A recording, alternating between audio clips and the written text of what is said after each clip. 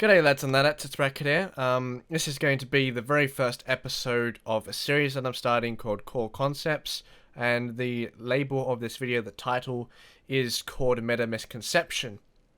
Now, Core Concepts is basically me going to be talking about Overwatch related things, my content, my philosophy around how I think around the game and different concepts and stuff like that around gameplay mechanics and stuff like that in relation to this very first episode. In order to start us off with the new series, the Misconception, let's dive straight into it. Now, in order for this to work, I need to set up a criteria so you guys understand where I'm coming from. What I think a meta is, it's a way to play the game at its most optimal state, or for example, this Overwatch team comps that we've been seeing recently, a triple tank. A meta is a way to optimize and refine the best possible scenario in the most consistent manner. And with Overwatch, as I mentioned previously, there's the triple tank meta because it doesn't really have that much up against it in terms of countering it. So yeah, as I mentioned previously, the meta is somewhat a structured format in order to have a more consistent and optimal setting of play. Right, so after laying down that specific criteria, I'm going to be talking about the meta and how it applies and the meta misconception that I think a lot of people need to realize. So let's dive in straight into solo queue. People are like, alright, so the meta doesn't apply unless you're top 10%. Let's just say the meta doesn't apply unless you're like in Master or Grandmaster, like a high rank like that. Now, I'm going to be talking about this and trying to debunk a few myths. My headphones aren't even straight properly. Let me just fix that. Okay, it looks... No, that doesn't look remotely the same, but... we'll just roll with it for now. But in terms of the solo queue, a lot of people have been saying, the meta doesn't apply unless you're like Grandmaster and shit like that. When realistically, from my perspective at least, people when they're at high ranks, now this can obviously be offset by people who one trick. For example, I know they're definitely like one trick Genjis, there's Hanzos, like these high skill heroes that can be played into these high elo scenarios because they've mastered the tinker their own gameplay, and since there's so many mechanics around that hero, then there's a lot to learn and they've mastered it, and obviously that's how they've climbed the ranks. But in terms of how these high elo people would react to it, high elo when I mean like Grandmaster and top 500 Master, so on and so forth, they should theoretically have the answer in order to counter that. Now, for elo hell, people are like, well, let's think. I honestly lost my train of thought, but we're still going to go live because this is a mini podcast format, so we'll just continue to roll with it. But in terms of what people think of the low elo, they're like, oh, like we don't need the meta, like we're just in our own little bubble and it doesn't matter whatsoever. But my kind of argument is the most consistent way to play the game is by the meta. There is a reason why Reinhardt, Lucio, Anna are picked in these team comps, because they are consistent. They all work in conjunction. They are a fluid body part that constructs these team comps, and this is one of the main reasons why Overwatch doesn't have a pick and ban phase, because if you ban one of those heroes, the game just completely loses its identity, and this is why the meta is so useful.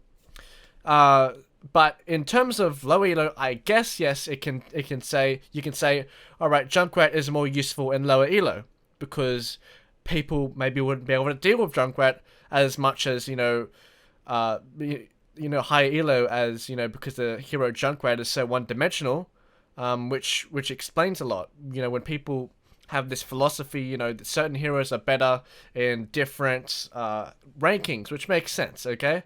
Which makes sense because you have different heroes that have different skill caps, different kits, different ways to interact, and the people who theoretically are better would know those matchups. Right. Now, in this episode of Meta Misconception, I'm going to be explaining why the meta is important. And this is an annotation, something that to note in this video. There are people, as I mentioned previously, that are the one tricks. They master these heroes to the absolute highest level, and they know the ins and outs, every mechanic of that hero, and they climb with it. They can do well with it. Yes, that is true. But theoretically, if they were that good on that one-trick hero and they played a meta hero, then they would be even better, right? I mean, maybe that's just common sense. I'm not meta hugging whatsoever, because this mainly applies to higher elo, because we've seen this time and time again in at least esports. I think a good example of that is from MLG Vegas, when the finals between Team Envious and Team FaZe, when they faced off, Shadowburn is a ridiculously good Genji player, and despite him being a god like Genji, he couldn't penetrate the triple tank composition that Team Envious were running a lot of the time, because they played it correctly. And that tournament, arguably in terms of NA, wasn't really that stacked, because a lot of the teams didn't have that much practice, and Team Envious were looking strong into that, and they just punished them straight out for running a Genji into a triple tank composition. So the meta does stand a very good... The meta, I think, is a guideline. You don't necessarily have to follow it in every single scenario. And, for example, I think the meta at the moment is shit. The meta at the moment tinkers towards tanks. And the tanks at the moment in the meta, they do a large amount of damage for the amount of health pool that they have. Roadhog, his hook is ridiculously inconsistent. He can hook people behind walls, you know, glitch through projectiles, and it's so inconsistent, and he can one-shot people after that, after having like a faulty hook, like a universal hook that you can chuck down and randomly get someone without even thinking of what you're trying to hit. And D.Va is just plain unique in terms of she can block everything, yet do a lot of damage. When they made that health pool increase, it just gave her enough, and that movement speed, it gave her enough to really dominate in the meta. And since Soldier's so prominent in the meta at the moment, D.Va is a very good answer to Soldier, because you can just defense matrix block everything, and you completely annihilate her in a lot of these scenarios. The meta at the moment, I don't think, is in a good place, because the current team composition, the triple tank composition, doesn't have a direct answer to it. Now, the previous meta, with the Beyblade compositions, we often saw a lot more Mei in order to counter it. Now, people were arguing, you know, that Mei is overpowered. She could have been a bit stronger, than the average hero, but the reason why she was good, put it in context of that meta, was because, well, don't forget, she did have that ult increase in terms of its range, so that probably played a part of it as well. But the reason why she was so good is because as soon as the Nano Blade came in, you could wall off. You could just wall off the Reaper as soon as he came. You could place your Blizzard as soon as the team tried to engage. And even teams were running Pharah to Nano Boost, because when you run a Beyblade composition, you can't hit Pharah in the air. So you have a Mercy and a Pharah up in the air, so two people who are secure, and while the Beyblade composition gets everyone on the floor, then the people up in the sky, they are free, and if everyone dies on the floor, Mercy gets the res, and Pharah can retaliate with a rocket barrage. There are answers with the previous meta. This one doesn't have exactly the best ones. People say, oh, well, if you can run a wombo combo composition with Sombra, you know, the Misfits did it. If you watch that interview, they said that that composition wasn't really an optimal way to play, and they just could run triple tank, so they did triple DPS. The triple DPS is not an answer to triple tank, and they were just abusing the fact that Sombra could get these health packs and get her EMP really quick. That's the only reason why she is played in the first place, which is a bad thing in itself, realistically. So the meta has so many problems now, and Blizzard haven't really responded with anything, because in terms of gameplay, it's not healthy whatsoever. We're in a state of the game where quad tank is like viable. 4 tanks on a team. And this is going to become a problem when people hire and contract people to their teams. They're going to be like, so what is the standard way of playing Overwatch? Is it, you know, you have 2 DPSs, 2 tanks? No. The meta has changed. Now you want 3 tanks. No, now we're going to get three tanks. And with the previous meta, it was 2 DPS. Let's fuck off that DPS. Unless he can play tank, and this fucks off a lot of teams. This really damages a lot of teams, truly. And that's why Overwatch is so inconsistent in that manner, and it's going to be a problem in the future. The meta misconception truly is quite a difficult subject to talk about. And I think certain heroes... let's look at an example right now. Reaper. Reaper is theoretically a tank buster. Reaper should, in theory, beat every single tank. What is the main tank that's dominating at the moment? Think of it.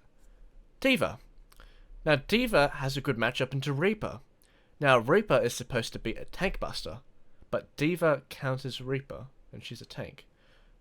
So D.Va not only does more damage than Reaper, is more tanky, and can block everything. Why would you pick Reaper? Why? Is there a point of picking Reaper when D.Va literally counters the heck out of him, and you can defense matrix the whole ultimate of his Death Blossom? Like, that doesn't seem balanced to me. I mean, D.Va's kit is so well rounded, she has a lot of damage and she can block ultimates for nothing? That's crazy. Now, this all ties into the meta. Everything in the meta at the moment is broken. It is broken. If you compare other heroes, as I mentioned previously, okay, let's take an example. I always like to use this example. Pharah. Now, what counters Pharah? Zenyatta, you put the Discord on the Pharah and the hit scans. Hit scans are a good counter too, and you can shoot the Pharah out of the sky. But Pharah also has a good matchup into Junkrat, into Mei, into these heroes that are stationary on the ground that can't hit her in the air. So it's like a circle. It's rock, paper, scissors. But the triple tank meta at the moment, there is no way to directly counter it. Like, it is ridiculous. Now, we have seen indirect scenarios as people have been running Zarya and Mei and have been using that combo in order to neutralize the tank meta, quote unquote. But that often doesn't work, because if you chuck down that Zarya ult and you're up against a Mei, well, if you're playing D.Va, just make sure you have that defense matrix up so you can eat it. Simple answer, really. People can argue, well, you chuck down the Mei ult first.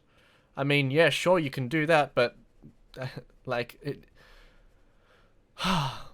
D.Va is broken. Truly. You can do that, but as soon as that Mei ult freezes everyone... Well, okay, no. Let's put this into a theory craft here. Mei ults, what's going to come up straight after that Mei ult? If you're playing D.Va, think inside your head, what is going to happen after that Mei ult? Well, Zarya has ultimate. She might ult. Probably. So you place the defense matrix up and you block it. Like, this tank meta is absolutely ridiculous. It is ridiculous. And we've had League of Legends have the same problem as well. When you have tanks that do too much damage, it proposes a lot of of bad answers and questions for the game, and DPSs don't have their role at the moment. The only one that is good is Soldier, and that is because he can combo well with Ana, and he is actually a good answer to tanks himself. So it's just a muck at the moment. Now, for people who do love this meta, I don't understand. Now, as a shoutcaster, as a person who does cast these games, you look into some of these fights, they're so prolonged. There's 3 tanks, sometimes even 4 tanks in this fight, and people get caught out, and then the fight continues to snowball and snowball until the rest of the team comes along, because they weren't dying quick enough, because there's so many tanks and they're mobile at the same time. It doesn't make any sense. So you're having these scenarios in overtime when they're lasting for too long. Overwatch is gonna have this problem unless, you know, Blizzard make a decision to change. And maybe this could change in the future. I'm not hagging on Blizzard for any reason. I just honestly think it is a flaw in the game at the moment. And maybe with a new hero, they can counterbalance that. Maybe this new Doomfist will perhaps help, and he can, like, shred Reinhardt's shield, like, charge through an insta-kill. I don't even know. Now, I can't propose any changes. I'm not a developer. I'm not saying that I'm smarter than Blizzard. I'm just saying it is a problem as a person who looks at this game. I play the game. I watch the game from a professional aspect, and it is sort of a problem at the moment. But in saying that, it can be fixed. Now, Blizzard are very good at fixing these things usually, and the reason why they are so tentative was because when they buffed Ana, she turned into a broken monster, and they're concerned with the balancing changes in the future because they don't want to go overboard and make something ridiculously broken again, and I can completely understand that. That's a reasonable thing, and Overwatch, don't forget, is a very new game, so they're learning from this experience. Blizzard are a veteran company, and they have experienced this throughout a very long time. You know, Diablo, World of Warcraft, they've made very big titles, and they've balanced things consecutively. Hearthstone, and they're very aware with what's happening, and understandably, because of their last experience with the patch, they are being a little bit hands off onto the scenario. But I have a feeling Blizzard will get back onto the case and hopefully change things for the better.